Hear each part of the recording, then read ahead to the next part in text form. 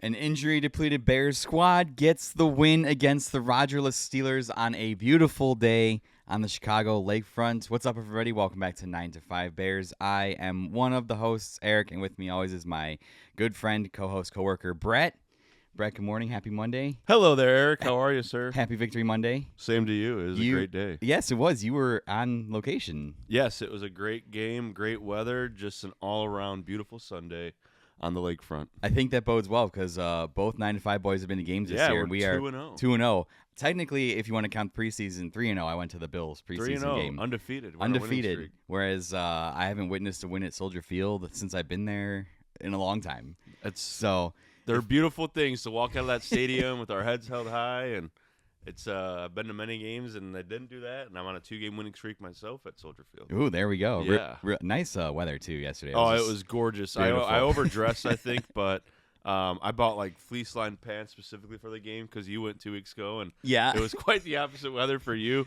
It was 55 and maybe 50 degrees, but it just felt perfect. It couldn't was ask for a better fall day for football in late November, goodness. man. Yeah. And I was just a little bit salty about it because, the next day there was 11 inches of snow on the ground after I went. So, you know what that says. You got the winter treatment. I did. I got that late fall treatment. I was happy. But, we're going to dive into the game here in just a second. But, of course, at the top, we always got to mention our wonderful sponsor, Total Roofing and Construction. We'll yuck it up about them later in the episode when we go to our Around the NFL segment. But I don't think let's not waste any time. No. Let's dive right into it. Bears 31, Steelers 28. So let's go over the good, the better, and the best as our patron saint and leader, Ben Johnson, would like us to do.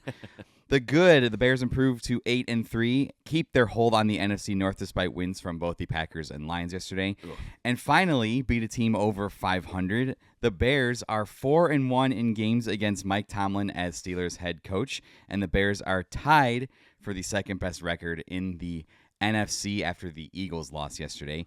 The better, Bears offensive rookies led by Caleb Williams came up big. Colson Loveland and Kyle Monangai both scored touchdowns in addition to 2 additional scores by DJ Moore. Caleb finished the day with 3 touchdowns and 239 yards passing. And I think the best, even though this wasn't really the best, on a defense decimated by injuries that had just 5 defensive starters playing by the end of the game, Dennis Allen's crew found a way to make enough plays to secure the win. The leaders that were healthy on that defense really came up big. Montez Sweat tallied 2 sacks. Nashawn Wright getting another interception. What a great story about him. And Jaquan Brisker delivering the final game-winning swat. So, most of the defense was out yesterday. All the linebackers were out. The linebacker backups went out. The corners were out. The corner backups were getting decimated. So, what'd you see at Soldier Field there, Brett? How are you feeling after a win, and what'd you see on location? Well, at one point, Dennis Allen looked up to me in the nosebleeds and said, "Get your ass down here. We need you on the field." I'm like, "You do not want me on the field." I texted you too. I'm like, "You need to go play linebacker right now." Yeah. I mean, from start to finish, you just knew that it was kind of going to be an ugly game just because of all the injuries on defense. You said Mason Rudolph starting. You didn't really know what you were going to get with him. And then offensively came out with a 3-and-out, and I was just looking at my brother. I was like, dude, what are we doing, man? They deferred and everything. And then Nashawn Wright with just an incredible interception. Absolutely incredible interception on the sidelines. And then they come out and go down and finally pick up 7. Great game from Caleb all around outside of that blunder in the end zone to allow the touchdown. But that's what the Steelers, they trained all week. They practiced to try and help offset Caleb's elusiveness. And it worked in that. And it was T.J. Watt. Yeah. So I mean, it stunk that happened because you take that away, then the defense only gave up 21 points, right? Which is pretty good for a defense that had so many injuries like they did. Caleb having 3 touchdowns. What I was really happy to see was DJ Moore getting unleashed a bit. Yes. They really took advantage of him in certain spots.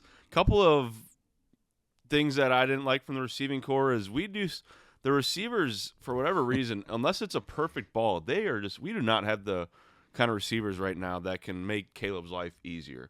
Now, mind you, he had a couple of throws, one to Luther Burden that was kind of high, but it went through Luther's hands, whereas other teams are making those catches, right? I'm not here to shit on anybody, but it's like everyone wants to talk about Caleb's accuracy. Well, there's chances for him to make completions. He's just got, these guys got to make these tough catches. Rome had one along the sidelines. He makes the catch, and then the guy punches it out at the end. It's like, dude, complete the catch. He had a couple of drops. So outside of that, great game. Caleb was just in control of the offense per usual. Really loved what I saw out of him yesterday. Run game was kind of, hit or miss, but the Steelers are a good defense, at the end of the day. And Mike Tomlin's, for as many Steelers fans that might not like him, I don't know why. I mean, he is a great coach. So, but was impressed. I knew that it was going to be pretty well, a pretty good, presence from the Steelers fans. The faithfuls, the terrible towels were out in abundance. They travel really well. They did, and it was cool to see all the terrible towels, even though you don't want to see the terrible towels. That means bad things are happening to their opponent. And I did see like a terrible towel or two on the field in the form of a flag, which I'm sure we'll get to. Those are the most terrible. There were a couple of suspect plays. Like the refs just let the Steelers rule that DeAndre Swift fumble a fumble. He did not fumble the ball, and there was no camera evidence to say that he fumbled that ball. We saw every angle on CBS, and you couldn't see anything. We only saw 2 angles at the game, and you didn't see him ever fumble. The angle that they used to justify it was like a shot at and you just saw like everyone's asses, right? And I'm just like, where's the ball? Like, you can't like. And where's DeAndre Swift? You couldn't see him. So, but yeah, it was fun. Great weather, great game, and heading into Turkey Day, the Bears are 8-3. Could you believe that? No, I don't. Like, holy cow! I don't believe it. Wow. Before I go off on my asterisk yelling and my my vitriol against the haters, because I definitely have some for today. Yeah, I think I even tweeted and I texted a couple of my friends, and I was like, after seeing the injury report, we were talking about it on Friday when the injury report came out, and it was like all the linebackers were out, and we're like, oh no. What's going to happen? We maybe had like a faint hope that Kyler and Jalen Johnson were going to play, and we're like, maybe that'll offset it, but it didn't. They held them out, which I think maybe they're holding them out. I think we could probably see them Friday, if they have been practicing. So, and it would be nice to have them back for Friday against the Eagles for sure. So that was kind of my thing. If Ben Johnson was like, we just hold them out one more week and beat the Steelers, and then we have them one more week rest for the Eagles. That, in my mind, is me trying to glean the information from the genius that is Ben Johnson. But I don't know. His mind is an enigma. He's smarter than I'll ever be. So he is a genius. I texted my friends and I tweeted it and I said that this game is going to come out. It's going to have to be won on offense. Mm-hmm. And it was a game. It's maybe the first game all year where I felt like the passing game was directly responsible for the win because, we didn't get over 100 yards rushing yesterday between DeAndre Swift and Kyle Monangai. So the Steelers' defense and their front defensive line did a good job of stopping what we do best, which was the run. And, yes, I know we're going to have this conversation again. Oh, he was 19 for 30, whatever, 35. Yeah. Oh, he was under 60% completion again. But, when it comes down to it, Caleb makes the big throws. The guys make big plays. I know we talk about drops. I know we talk about completion percentage. But when it really comes down to it, the guys seem to make the plays when it matters the most. And they did yesterday. And, man, some of these names, I'd never heard of some of these guys that were starting. DeMarco Jackson was manning the middle, who had an amazing game. He performed very admirably. Carl Jones, Nick McLeod. I'm going to butcher this one. I'm going to try and say it, though. Amen Abongbemiga? Abongbemiga? Said it best. I apologize, but Amen. And just it was quite a job to see what starters we had left kind of man the defense with the guys that were basically on the practice squad to start the week. Kevin Byard being the sole kind of after Tyreek Stevenson went down, the sole veteran presence on that in that back secondary, and Montez Sweat finally coming alive felt really good. We've been harping on the defensive line to get going, and it just seemed like they did just enough to survive with the devastating injuries that they had across the board. And we even more. Ruben Hippolyte went down. Jonah Jackson got shaken up. It also gets lost in this. There's a lot of talk about the defense being injured. Theo Benedict was out too. Yeah, and Ozzie Trapillo was amazing. Came in against having to play against TJ Watt in your first start. Right. Incredible. I think the stat was he had one pressure all game on all of his when he was facing from the people. Pass protection, right. Incredible. That amazing job. And now that leads me to think we were being kind of tough on Ryan Poles early in the year, right? We were kind of questioning his draft picks and what was going on. And now, at least this past draft, a lot of those guys seem to be coming into their stride and hitting. Right. Colson Loveland, Ozzie Trapil looked pretty good. So, yeah, maybe Ryan pulls a little bit of an apology. I don't know. Dude, Colson Loveland is a dog, though. I know we were kind of dogging Ryan Poles for that matter with the 10th pick. Like, why are we drafting a tight end? We have Cole Kmet. But Colson Loveland, he's not your traditional tight end, dude. He runs routes like a receiver. And that route he ran, that was on Jalen Ramsey for that touchdown. He juked him. Yeah. He went right and came back in. Like exactly. It was, what also was cool to see was while Aaron Rodgers was on the sidelines, like a little PAB, and Caleb Williams channeled Aaron Rodgers with the hard count where he draws teams off sides. He has a free play, and it usually goes for a touchdown. Yes. That DJ Moore one that happened. So he did that to us all the time. Dude, so here's why Soldier Field sucks. The bathrooms the waiting for the bathrooms is the most absurd thing. When you're in the 400 level, you got to come down a section, and there's 3 sections converging on like 3 bathrooms. So miss me with why we need to keep Soldier Field. No, we don't. Okay. So while I missed like the first couple minutes, I was with my nephew and brother. We're watching on my phone, and we walk out of the tunnel as that hard count's about to happen, and I'm like, flag! It's a free play because I saw the guy jump, and DJ Moore wide open. That was just so cool to see because, again, usually the Bears are on the other side of that kind of play, and for that to happen, it was just like, yes, Caleb's just maturing right in front of our eyes. So and then DJ Moore launched it wide open, dude. Launched it in. The taunting penalty that he got though was such cookie cutter. Like, are we serious? He just tossed the ball at the guy. Who knows what the guy said? Maybe the guy said something about his mother or his wife. You don't know. Like, that's what sucks. And then I get it. You can't. I heard J.J. Watt say, by the rule of the law, you can't do that. It's like, dude, that's so soft. I'm so sick of that stuff. Like, come on. It's football. So, which luckily that didn't do anything to hurt the team because then we ended up scoring on that drive to DJ Moore. So. Throwing the ball at the opponent has been like a thing that you do since like the beginning of time when sports were invented. So it's like, come on, yeah. Speaking of, I just would like to shout out J.J. Watt. He had to watch his brother break his total sacks, career sacks. Oh, really? Yeah. So JJ had 114 and a half. TJ after this game had 115. Dang. And JJ was like, I'm gonna go put the pads back on because he's like, I can't stand for that. I did think. I've listened to a lot of different announcing teams this year. I thought that JJ and I think it was Ian Eagle. Is it? Which Ian's, is he the older one? Yeah. JJ and Ian Eagle.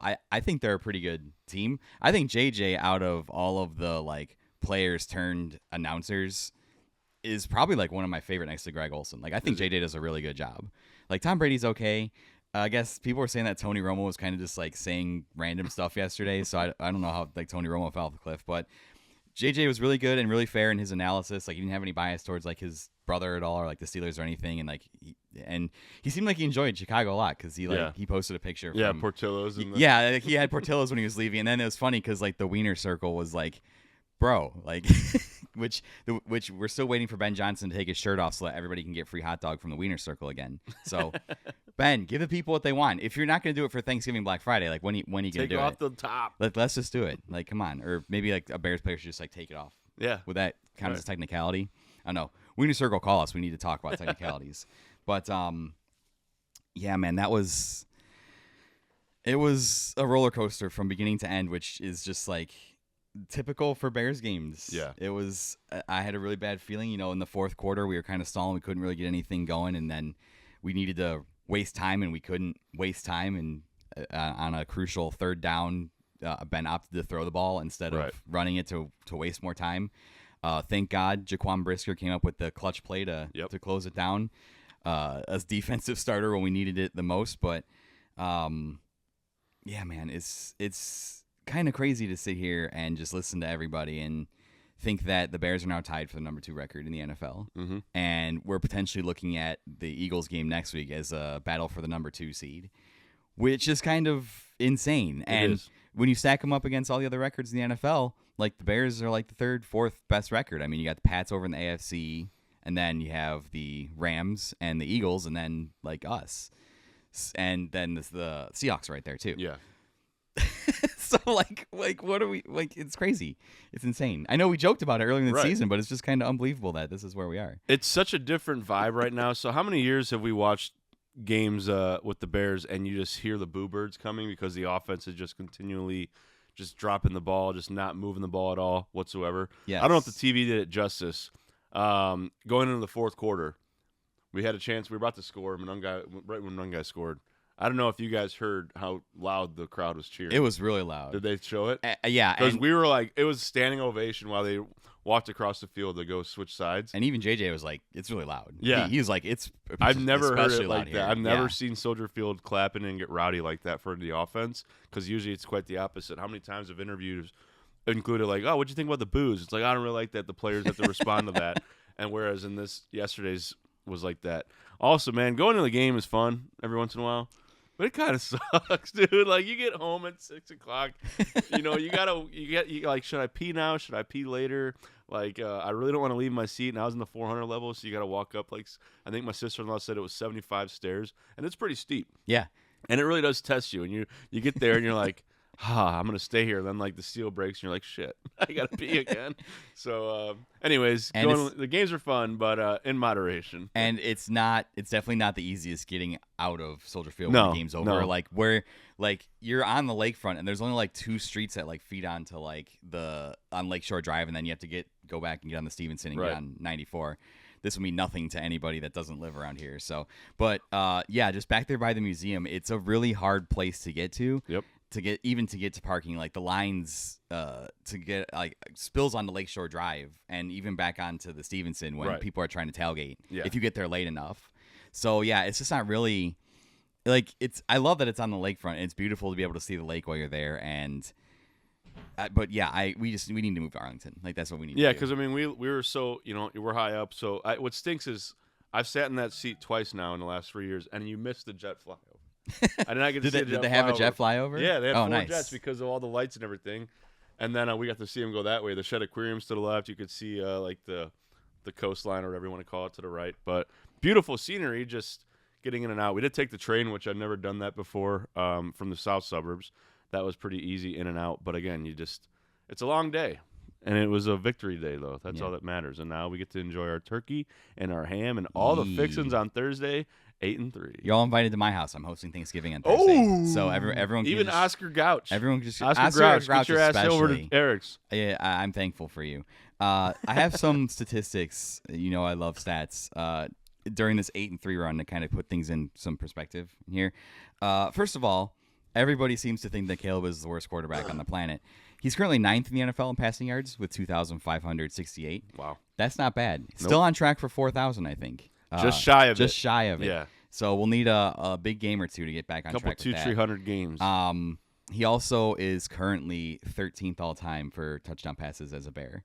He passed Rex Grossman, which is kind of funny. Wow. Yeah, so looking back on that, like take that how you will. Yeah. But that's pretty funny. The Bears are the 3rd team in NFL history to have 8+ wins and a negative point differential. We're still at -3. Yep, that damn Detroit game. I say the Lions game really skews that. So that's the outlier. And people keep using and that. that's the argument like from against us. Divisional foes is like, oh, you guys are your point differential. It's like, dude, we got our asses whooped against Detroit. Yeah. 52 to 21 or whatever. Like, even without the Detroit game, it'd still be really close because we're winning close games. But hey, that's besides the point. Yeah. Games it took Ben Johnson to get 8 wins, 11. Matt Eberflus 30. So definitely got the right coach. We're confident in that. Yes. Fun fact: the Bears are 4-3 when allowing 23 or more points under Ben Johnson. 4-1 in such games since Week 3. So after the 0-2, spinning our wheels. The Bears. Before that, we're 6-82 from 2014 to 2024. Wow. Talk about culture change. On this 4-game win streak, again, I'm defending Caleb here because, again, everybody came out and completely missed the point that he played a good game. It was just like, the completion percentage. That's all anybody cared about. Yeah. During the last 4 games, courtesy of FanDuel. Thank you, FanDuel, for compiling these stats. 355 total yards, 4 touchdowns, 0 interceptions, W. 283 total yards, 2 touchdowns, 0 interceptions, W.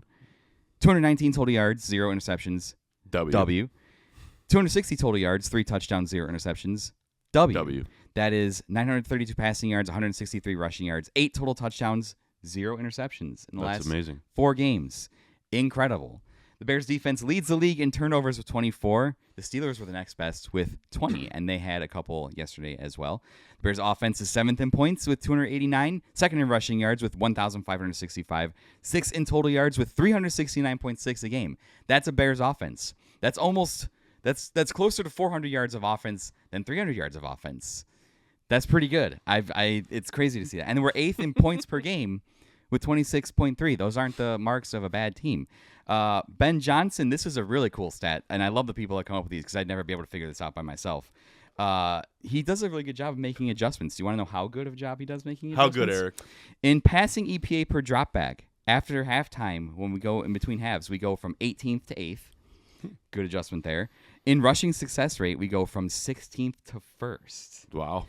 I love that. Ben Johnson makes halftime the wizard. Adjustments. So those aren't this. I mean, I cherry picked and left off some of the like worst looking defensive stats, but again, I don't know what you're talking about. Is injured. They were so injured. Those aren't the ranks of a bad team. No, not at all. That's all I'm saying. Yeah, that's all I'm saying. You know what? Also, so before the game, I was there with my sister-in-law, her sisters, and her dad was there, and one of her nephews. Her dad's a huge Steeler fan, so it was kind of fun to have the Turbo Towels in the same row. But I looked at the Jumbotron, and it said, like, the Bears' all-time record versus Steelers is 19-8-1. At Soldier Field, they are 12-1. I looked at Ryan, and I was like, holy shit, dude. Like, the Steelers have been good a lot longer than us. Yeah. And then now they're 13-1 at Soldier Field and 28-1 against Pittsburgh all time, which is just bizarre. That's very weird. Yes. I know.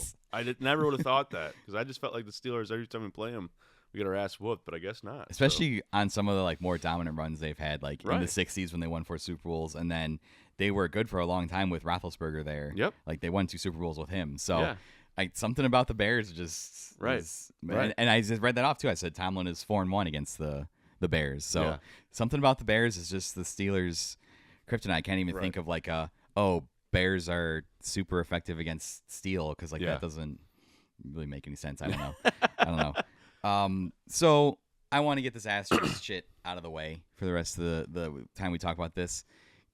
Yes, right? We played Mason Rudolph. That was the whole thing. It's like, oh, you guys have played Mason Rudolph, and I saw like the list come out and be like, these are the quarterbacks the Bears have played. Jackson Dart, Geno Smith, Spencer Rattler, J.J. McCarthy. By the way, a lot of these guys are starters, so it's not my fault that shitty teams have crappy starters at quarterback. Like, it's not my fault. Okay, so let's go down the list of like the arguments that the Bears aren't a good team, right? You haven't played anyone. When the season started, we had the second toughest schedule. Yep. By winning percentage, right? Yeah. We can't help that those teams poop the bed. Right. Like, how is that our fault? We have to play the schedule that we're given. You've played backup QBs. Again, we don't make the schedule. We didn't call them and say, hey, sit Aaron Rodgers. We're not injuring the quarterbacks that we play. Right. It's a week-to-week league. Sometimes that's just how it falls. We're not going to apologize for that. Congrats on beating Mason Rudolph was another one. Mason Rudolph led the Steelers to a playoff berth when he started for a full season. 2, we ended the game with 5 defensive starters, no linebackers, no corners, a third-string left tackle against T.J. Watt. Jonah Jackson got shook up. So literally everybody except like the skill, like wide receiver position players and quarterback and running backs were hurt. Literally everybody. So, yeah, we beat Mason Rudolph, but you guys lost to like a third-string like JV defense team. So shut up. Caleb's completion percentage is low again. At this point in the season, I don't give a fuck about the completion percentage. Yeah, he's 8-3. I'm sorry, I'm swearing again, and I apologize. It's okay. You're upset. I just want to agitated. List some stuff out here. Everybody was glazing Matt Stafford for how good he was yesterday, right? Yeah. Here's Matt Stafford's completion percentages to start his career: 53, 59, 63, 59, 58. Here's Josh Allen's completion percentage to start his career: 52, 58. Whew.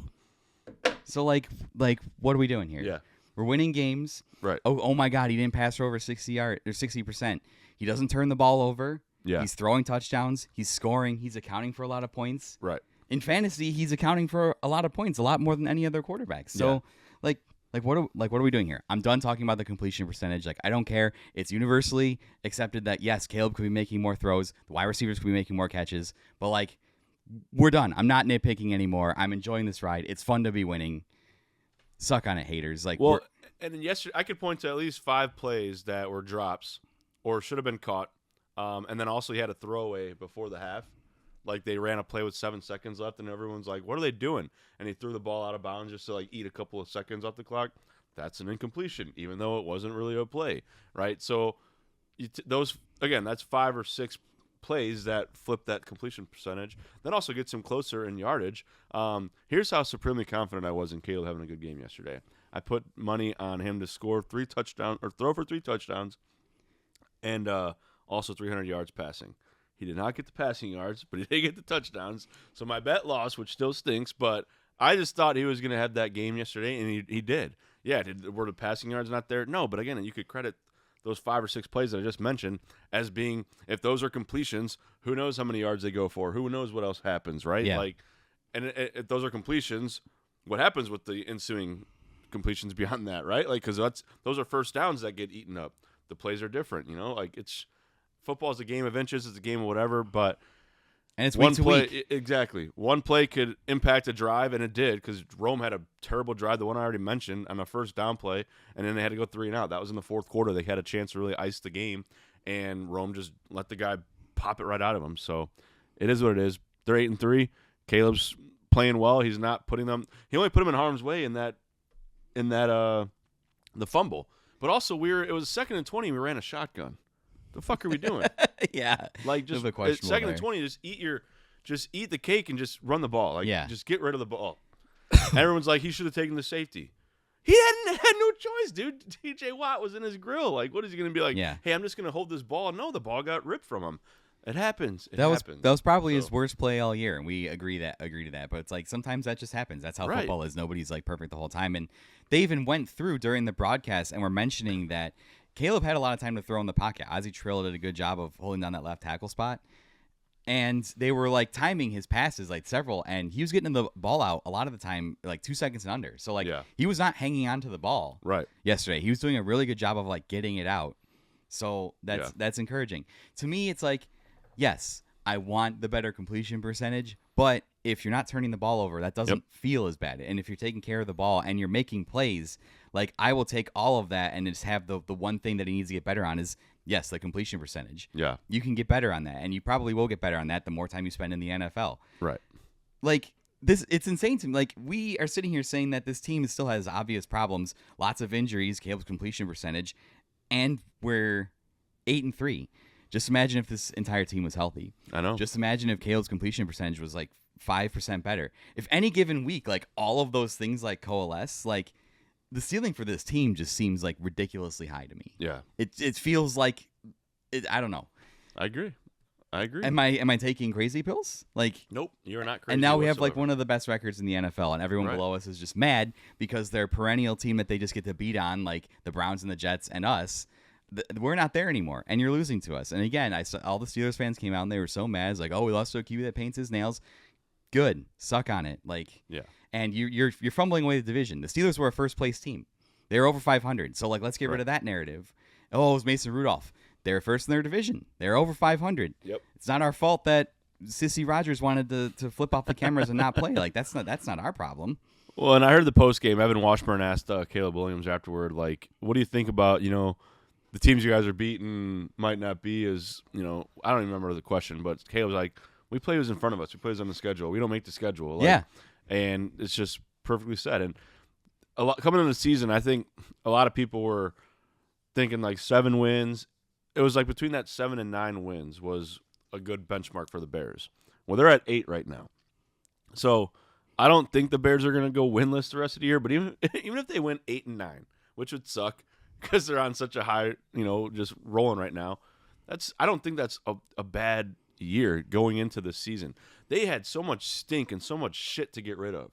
That culture was just terrible, thanks to Matt Eberflus, that fucking absolute terrible human being. I hope his Thanksgiving gets ruined again. Man. No, that guy has ruined so many things in life. Just kidding, Matt. Whatever, I'm not. So they had to wash away the stink from that dude, and now they're finally building a culture that is just supremely different. Montez Sweat said it in his postgame, which Montez Sweat, since the bye, has been finally coming around to make that money that he's making. Has had a sack in at least every game since the bye. Yeah. Had the strip sack. Should have had a third. He had Mason Rudolph dead to rights and just let him slip away. But I'm glad to see that. And Caleb said the same thing. We're not the same old Bears. And they really are not. They're not. These are ugly wins. But again, They had to learn to win first. Yes, last year, the last couple of years, they have learned to lose. They would blow so many games. All these things that would happen at the tail end of games. You literally you keep that same coaching staff. This team's probably 2 whatever the hell they'd be, 2-9. I literally read you the stat. Like in games where our opponents scored 23 points, yeah, for the last 10 years we're 6-82. Exactly. Before Ben Johnson took over, and now we're 4-3 this year. Yep. It's like we're winning the games that we've always lost, and that feels different. Like you can't understand it unless you've like been in the muck, like we have, like in the fan base, and like watch what we have every week since 2018. It seems like so. We're winning now. We're not even playing our best football. Like when Ben said we would probably be playing our best football in December. Let's hope that everyone's healthy. Yeah, and I think that's a big part of it. I think you're about to look ahead to Friday's game, and if we can get T.J. Edwards, Jalen Johnson, Kyler Gordon back for Friday and beyond, and then Tremaine Edmonds back in a couple weeks. He is on IR now, so yeah, he'll be gone for at least 4 weeks. At least 4 weeks. That's going to help this team tenfold. I mean, the defense outside of that Detroit game this year, I mean, they've been mediocre or up and down, but they've also helped win a lot of games. They've kept us in a lot of games. So that's where Dennis Allen has been just truly an amazing compliment to Ben Johnson running the defense, because he's been able to maximize so many things with the talent that they're talented guys, don't get me wrong, but they're not Jalen Johnson, Kyler Gordon, and T.J. Edwards. But, yeah, they're playing well, and like you said, if they can get healthy in December and beyond, the sky's the limit. Yeah, next Friday should be interesting. Kyle. Next Friday. Got my cough. Next Friday will be the Kyle's been a wizard on the switching the camera angles. It's been really funny. His comedic timing is very good. Yeah, I'm a little bit sad for next Friday because the Eagles Bears alliance has been like super fun. It's been really great, and it's been really cool to see like the Eagles fans and Bears fans like on Twitter and online just eat it up. It's been very cool. It's sad that has to end now. This will be a real test. I know that people are saying after last night, after the Eagles lost, that again the Eagles are a weird team. Like they have some weird stuff going on. Like the continual debate around whether or not Jalen Hurts is a good quarterback. All this stuff, whatever. They won the Super Bowl last year. They're 8-3. Their defense is really good. Like they can go off. They have the pieces. They can go off at any moment. And I think it's kind of a similar situation to the Bengals game where they had two really good pieces on the outside there in Devontae Smith and A.J. Brown. Yeah, that really scares me because they can do a lot of damage and they're both really good. So this will be a true test. And as lofty as it is to think that we could beat the Eagles, I'm kind of getting to a point where I believe that like any game is like winnable as long as we keep it close. Yeah. So. And last night, too, it cost the Eagles a lot to lose that game. They sustained a lot of injuries to guys. So they're a little banged up. It's a short week. Right. I mean, we're banged up. It's a short week. So that could be very interesting. And we're going to get the Caleb Williams versus Jalen Hurts narrative. The Eagles won the Super Bowl last year. So this is everybody that's been waiting for, like, the real test, right? Oh, the Bears will have a real test. Like, this is it. And I'm sure if we beat the Eagles this week, it'll be some excuse to be like, oh, the Eagles are dysfunctional. They'll just find the Eagles of last year. Yeah, they'll just find a way to move the goalposts again. So, yeah, and then after Eagles, it doesn't get any easier. It's Packers, Browns, Packers, Niners, Lions. Yeah. So, tough stretch there. I'm not penciling in the Browns as a win. Like, that's scary. Myles Garrett is on a generational tear right now. Yeah, and Shadir Sanders, yes. We'll talk about that. Yeah, we'll talk about that. But that's a rough stretch. But a lot of those games are winnable. Packers, still Jordan Love still doesn't look great, in my opinion. Yeah. Lions almost lost to the Giants. They did. Jameis almost did it. It should be like Roger Goodell should just make like a proclamation that like one team has to have Jameis Winston start every year for all the games. Yeah. He's too entertaining. Yep. Like come on. This is it's. I know he just throws the ball everywhere. He throws picks. He caught a pass yesterday. It was a touchdown. It was so fun. Like just let's start Jameis. He's great. He talks crazy stuff. Let's start Jameis. Yeah. Like let's start the petition. So, anything else about Bears Steelers? Cairo Santos, I give you some more flowers. Yeah, too. yeah. Hit a field goal, but he's also been doing stuff on his kickoffs. It's like to help in the coverage game. I think he's calling it a dirty kickoff. Or he's being much more strategic with his ball placement. Yeah. And you saw it happen because 2 weeks ago against Minnesota, I mean, their field position was fantastic because their coverage was just great and blocking whatnot. But yesterday he was doing something. They asked him about a post game in his in his interview, and his kickoffs. He's been working on things. So credit to him. The rubber leg, no more. Special teams, yeah. Torrey Taylor, too, had some really great punts yesterday where he kind of pinned him back there. Yep. And the way his punts will, like, hit the ground and, like, the way you can make him bounce, like, forward. Right. And it'll, like, be at the 5-yard line or in 7-yard line. Yep. Yeah, it's incredible. We don't give them enough flowers for sure. So, yeah, shout out to special teams. Shout out to Torrey Taylor. I'm really glad we drafted him because he's been a great punter. Not punting as much this year. Nope. Thankfully. It's funny because, like, Caleb told him last year he wouldn't be punting that much, and now he's not. This year he's not punting as much. So yeah. All right, yeah. Let's move on. Let's check out some scores around the NFL. Before we do, Total Roofing Construction sponsor. Hey, it's getting close to winter. We can still roof as long as the temperature is above freezing. But once it drops below freezing, we don't like to roof because that leaves you in a bad spot. And you'll most likely be waiting until spring. Probably March. Probably March. It's usually when we flip that valve back on. So if you need some, you're probably not going to get a roof before then, to be honest, or before winter, to be honest, unless you you live where we don't need a permit and you can just do it real quick. But we always apply for permits. We always do that on your behalf, and those are always included most of the time in the cost of your construction project. And if you want us to try and squeeze you in, then just give us a call ASAP because we are running out of time and daylight. Quite literally, it gets darker earlier, so we lose a little bit of daylight. Quite literally. Yes. Which eats into the job getting done. Quite literally. Yes, it does. Like usually now, like around 3:34, it's getting dark out. Yeah. Usually during the summer, we'll be out there till 5:36. Yeah. It's extra 3 hours. So finish at 7 o'clock before. It definitely matters. Yeah, I would say if you're holding off on something and it's quite serious, don't wait. Call us now. We've got some room in the schedule. We're finishing up some longer term projects. Definitely do that. Email Brett 9to5Bears. Get some money off of a roof or some jellyfish. Hell yeah, brother. We got jellyfish crews ready to go. Yep. I don't think you're ready for this jelly. No, I don't think so. I will differentiate our product between what you can buy on Amazon. There's a product on Amazon called Govee lights. They're literally just like a string with lights on them. You stick them to your soffit and kind of screw them in, and that's basically all they are. And at night, looks okay. Looks pretty cool. During the day, you can walk by and you can just see the string. I don't think that looks very seemly. Like, it is a cheaper option. Like, our jellyfish option is a little bit more expensive, a little bit more high end. It's got a nice metal track that hides those wires. It blends in nicely with your fascia and your soffit. And millions of color combinations. Easy to use app. Turn on the orange and blue lights for the Bears. Tell your neighbors who are might be other fans that their teams suck. with with sports lights. But yeah, it's definitely a step up from like if your neighbors across the street have like a Govee or a cheaper option. Keeping up with the Joneses. You don't want your neighbors to outshow you. No, or outshine you. Yes. Yes. I'm very competitive with my neighbors when it comes to, like you see Bob mowing his yard Saturday morning. You're like, I got to get out there and mow my yard because Bob's yard is not going to look better than mine. Yeah. So, yeah, Bob has Govee lights. You could have jelly lights and your house could look better than Bob's. I don't know if that's a good selling point, but no, it is. I mean, Bob's house looks like shit and yours won't. So it's quite simple. Like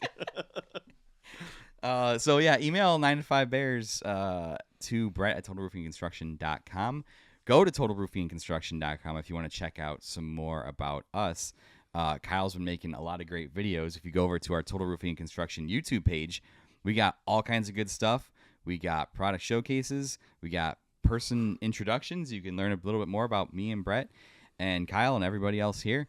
We've got project showcases that shows some of the stuff that we're able to do. Mm-hmm. Lots of great stuff over there. That's Total Roofing Construction on YouTube or any of the other socials where we post about what we're doing. So, yeah. Yeah. Total Roofing and Construction. Yeah, just call. Yeah. TRC, baby. Tell the front office that 9to5Bears sent you. Yeah. And they'll probably be like, what? TRC you soon with some jellyfish or a roof in March. Oh my God. Around the NFL, let's quickly go over the state of the league before we sign off here. Bills 19, Texans 23. Wow. What a game. Something's wrong with the Bills. So the Texans defense is pretty amazing. Good. They're elite, yes. And they made Josh Allen look pretty Will foolish Campbell all scary. Night. Yeah. That That sucks if you have Josh Allen in the fantasy, and I do. It seems to They're me bad. that the Bills can't win unless Josh Allen is like superhuman. Mm-hmm. He has to put that cape on, and it's not a great winning strategy. Right. So, yeah, I don't know. Bills could be in some danger. They're definitely not winning that division. No, with not the way with the New Pats England are playing the way they anyway. are. Right. Colts 20, Chiefs 23. I was really pulling for the Colts. The Chiefs pulled out of their butt in overtime, out of their Butker, their Harrison Butker, quite literally. So, well, yes, they were showing the scores, periodically throughout the game, and saw that the Colts were up like 14 at one point. yeah. And then everyone and their mother in the stands knew the Chiefs were going to end up winning, and they did. I don't Yeah. know how they did, but they did. Chiefs refused to die. Again, we proclaimed their death pretty early on, and Eric did. I continued. never did. That's true. I did. The Colts haven't looked as invincible. No, they haven't. They looked kind of mortal.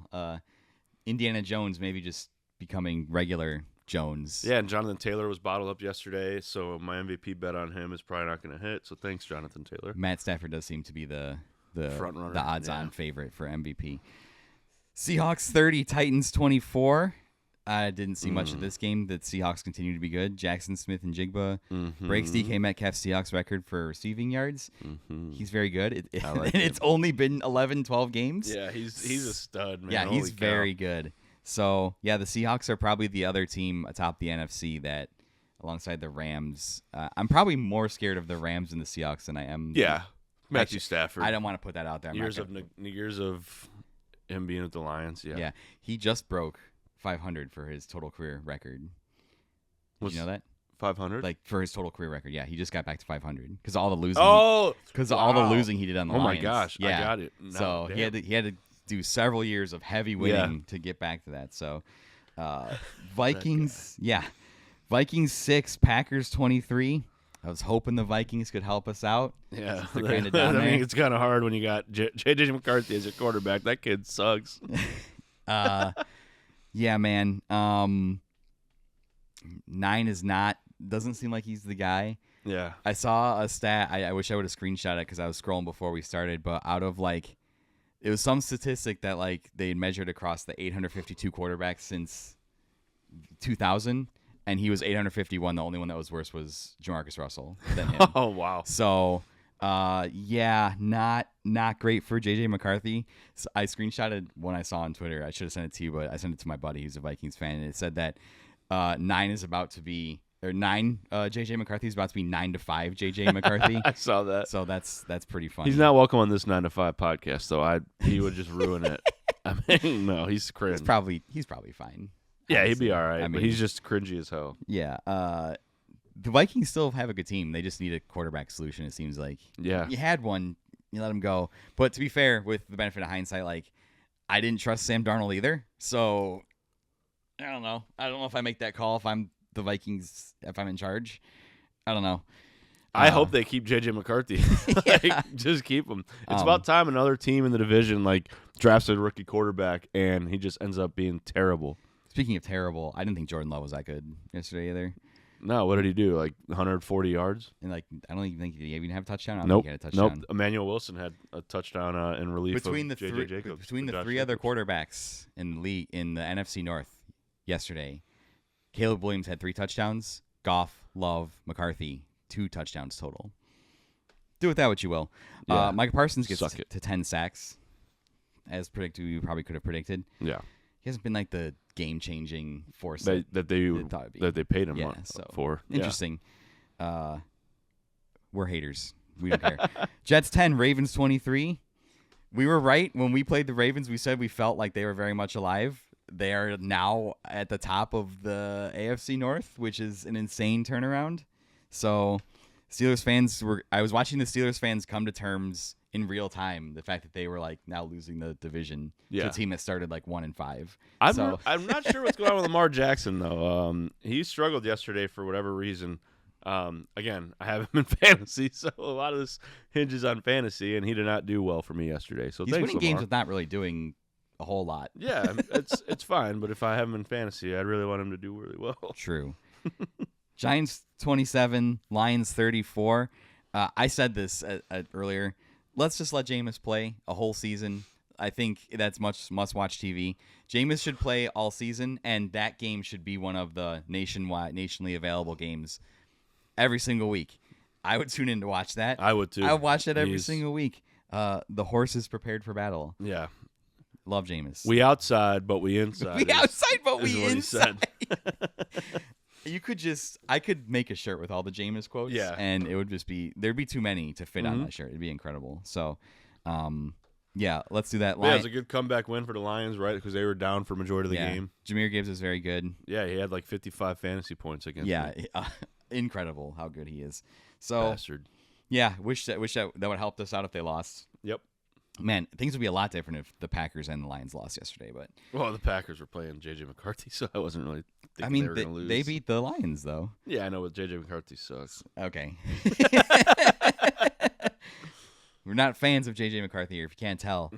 No. Pats 26, Bengals 20. The Pats continue to roll. This game felt a little shakier for them than most. They lost Will Campbell, which is not great for the left tackle. I think he was playing Yeah, he was playing pretty good. The question with them is, will the Bengals decide to bring Joe Burrow back now that the season feels pretty much lost for them? I think you got to. It's Joe Burrow. I mean, you're paying him a lot of money. And I saw Joe Flacco throw a pass yesterday because, again, they were showing like highlights.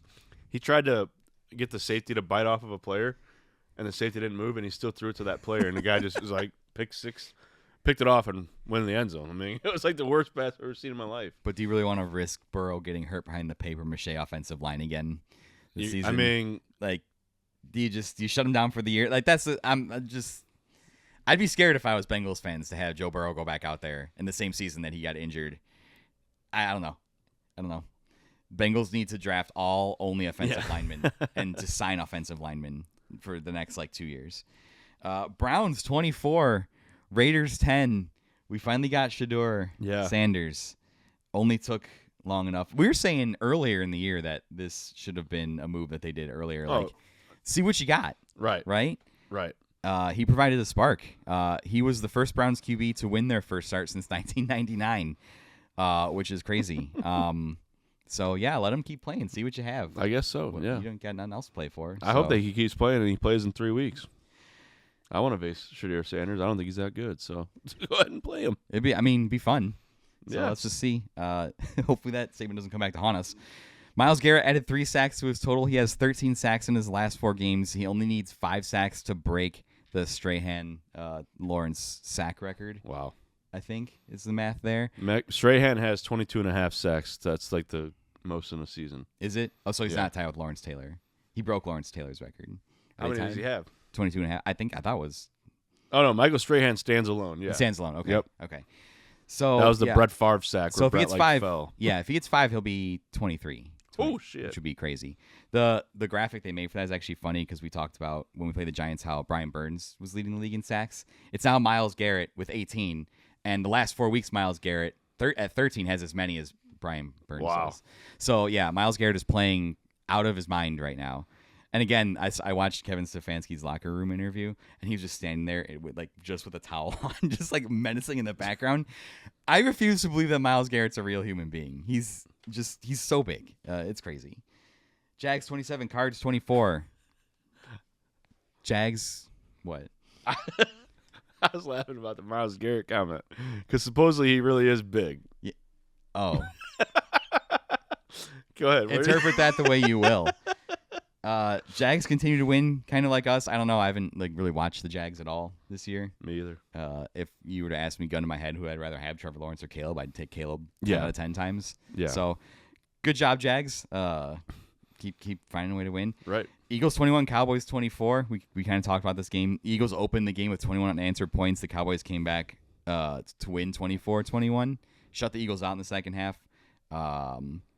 They lost one of their players, Marshawn Nealon, to suicide. Yeah. So you can feel the emotions of that in the last couple of games. It's very sad. If you have problems, please talk to somebody. It's not weakness to talk to somebody. Yeah. Go get therapy. Go get help.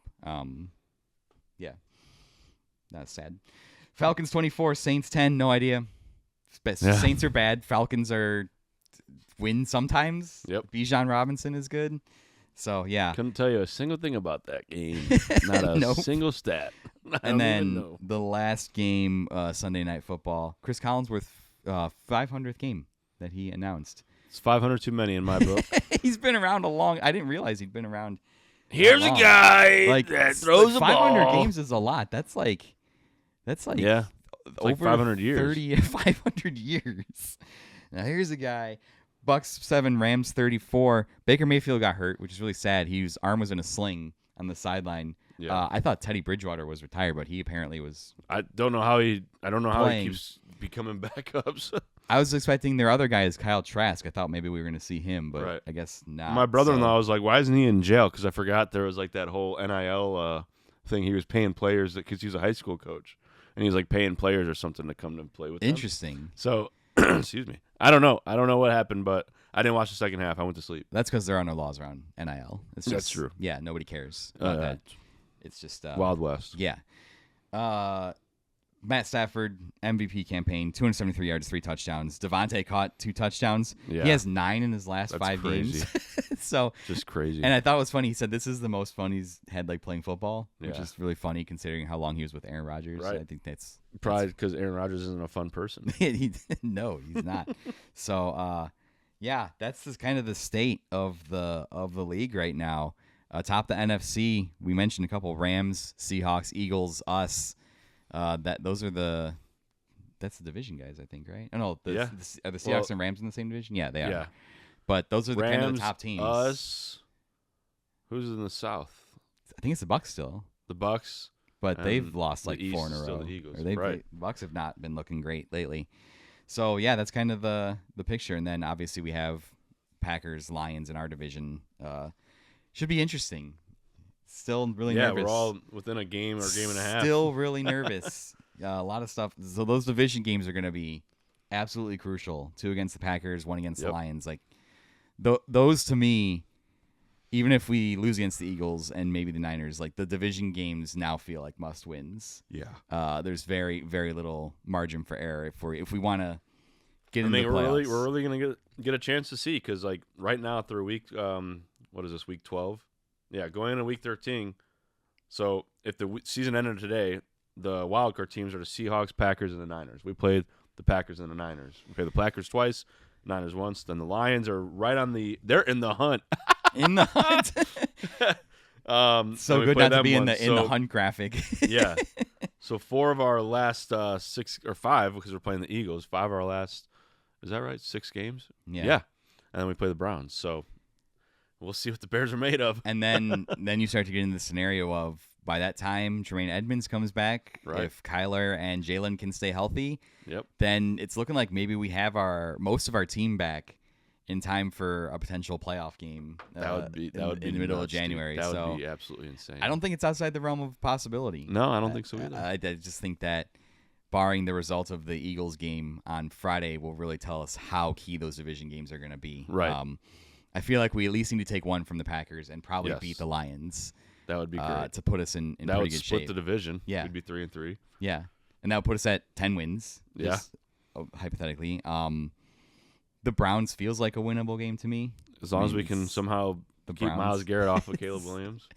We just put 7 guys on the line at all time. The triple team them. I don't care. Like whatever. Just stop Myles Garrett. That's going to Yeah. be the key. Going to San Francisco always scares me. We went there last year and just got absolutely obliterated. Kyle Shanahan's a good coach. He is. Yeah. And it's in San Francisco again. Brock Purdy's back, I think. Yep. So, yeah, we'll see. After Eagles, it's more division games than not. So it's coming down to the wire. Whoo, dog. Crazy. Can't wait. I never would have thought we started this silly little show that we'd be sitting here talking about 8-3 8-3 playoffs. going into a Black Friday tilt with the Insane. Eagles atop the division. It was going to be that, or we'd be looking at Tankathon this time of year and seeing Yeah. where the draft We're picks not are. even in the top 20. Feels good. So, But we Yeah. really need an edge rusher, so I wouldn't mind if we somehow got one. Maybe we trade for Myles Garrett and just, in the offseason and give up 2 or 3 first-rounders for the next 3 years. if Ryan Poles and Ben feel like we're close, I'd be fine making that move. Yeah. If you're gonna make a move like that, like you have Caleb in years 3-4 with a 5th-year option, you have a window where Caleb's on affordable money. Right. After that, you're gonna have to pay him.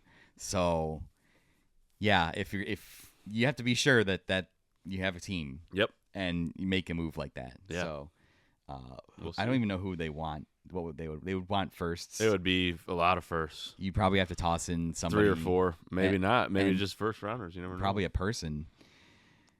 I don't know. Oh, you toss in. We'll see. That'd be scary, dude. We'll see Miles in Garrett. March. Miles Garrett in a Bears uniform would be super cool. Yeah. Or even Max Crosby. Max Crosby said some really nice things about the Bears and Caleb Yep. and Ben Johnson on a podcast. So He did. maybe he wants, and they're getting a little chippy on the sideline. Max Crosby and another guy were yelling at each other Oh. yesterday. So, yeah, hey Vegas, Max Crosby, send him on our way. Yeah, we'll send take him him. on our way. Socials, if you want to check out what is going on with the show, 9 to 5 Bears wherever podcasts are found. 9 to 5 Bears on YouTube, at Bears 9 to 5 on Instagram, at 9 to 5 Bears on TikTok, at 9 to 5 Bears on X. I have been tweeting more, or Xing more, or posting more on X, Twitter, Yeah. whatever the kids call it now. Yep. Whatever you said. Brett's the only follower, so I feel like I'm talking to nobody. It's kind of funny. So go follow us on X. I post silly things on there. TotalRoofingConstruction.com for our sponsor to find out more about what Total Roofing can do for you. And you can always email us, 9to5bears at gmail.com if you want to email us any kind of wacky old thing. So, Yep. Anything else before we sign off? No, man. Can't wait. Thanksgiving's the best holiday. And Black Friday, we'll see what happens. Thanksgiving is the best holiday. I agree. Yeah. There's no strings attached. It's nice. No. All you do is you eat food, you get to be around good people, and you watch football. Yeah, and the Bears aren't playing on Thursday, so your Thanksgiving doesn't have to get ruined. No stress of shopping. No. No stress of like any of that other stuff, like buying right gifts for people. Yep. You just eat and you watch football. Hell yeah, It's brother. perfect. It's the perfect holiday. But yeah, so the Bears will play on Friday. We won't cover that until Monday when we're back in the office. So look for our recap on Bears Eagles on next Monday, and then Yep. we'll see you next week for hopefully another Victory Monday. When the Bears are 9-3. That'd be, oh my God. That made it move. Can't even say it. See you guys later. Bears.